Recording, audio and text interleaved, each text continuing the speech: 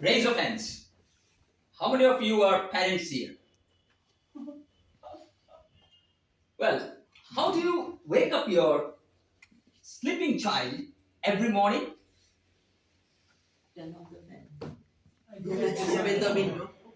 Yelling? Shoving? Hey, hey, hey, come. Cajoling? Please. Or even bribing? One candidate. No, you promised me a Barbie. Or come. Or even sprinkling a jar of cold water into their face? No? Good parents. Let me take you back by around 45 years. A devout father waking up his 3 children with a swift little rhyme which goes like this. Otho shishu mugdho koro nijo besh, apon pathete mon koro mononibesh. Rakhal gorur pal niye jay mathe, shishugon deয় Mann nijo nijo pathe. It says something like this. Oh children, arise awake. Wash your face and put on your clothes.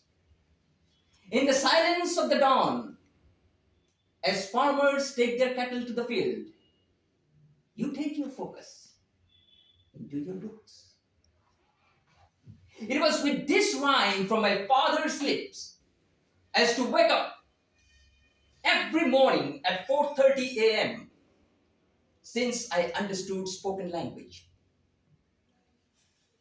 And this miracle morning habit stayed with me till today, for which I never ever had to suffer from time famine in my life.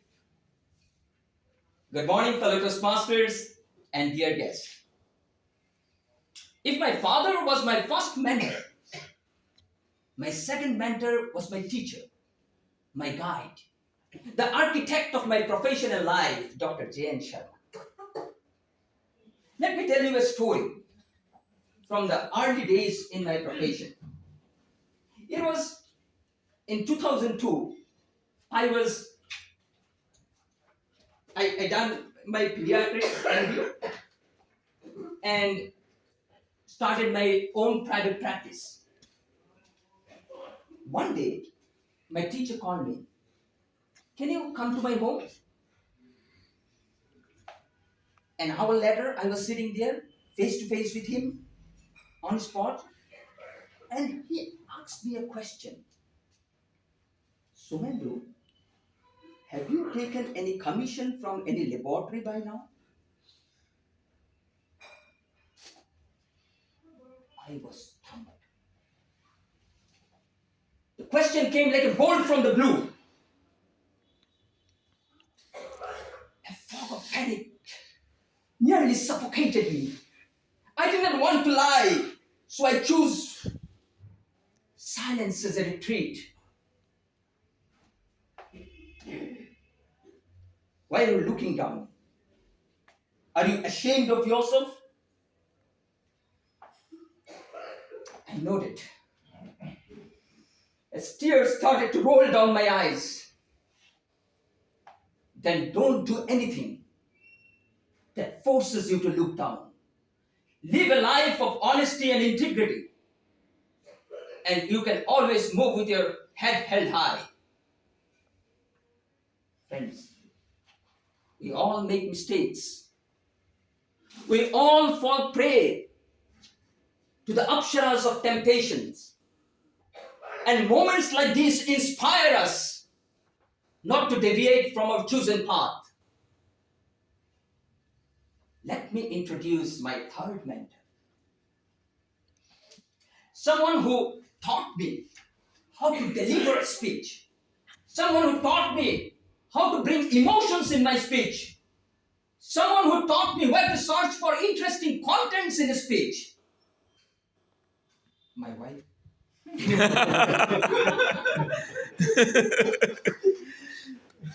One day I was having a heated argument and I was throwing punches after punches of logic.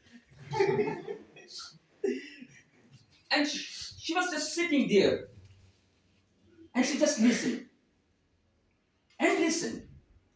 And listened. With this stony silence. And then when it finally stopped, she said, do you want to prove yourself right? Or do you want to stay happy with me? It was so profound, so enlightening. I just stopped on my track. Happy.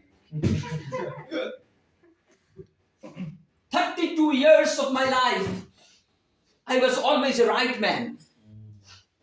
And since that day, I turned into a happy man.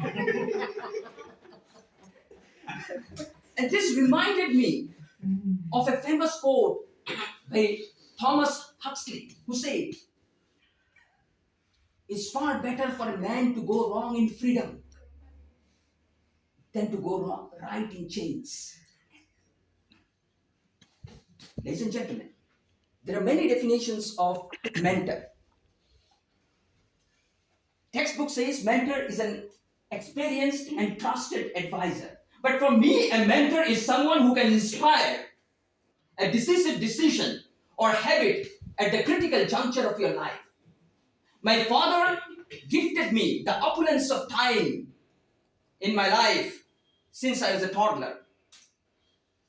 My teacher gave me a lesson of freedom, a message of honesty and integrity at the inception of my professional career, with which today I can stand erect with some dignity both inside and outside my fraternity.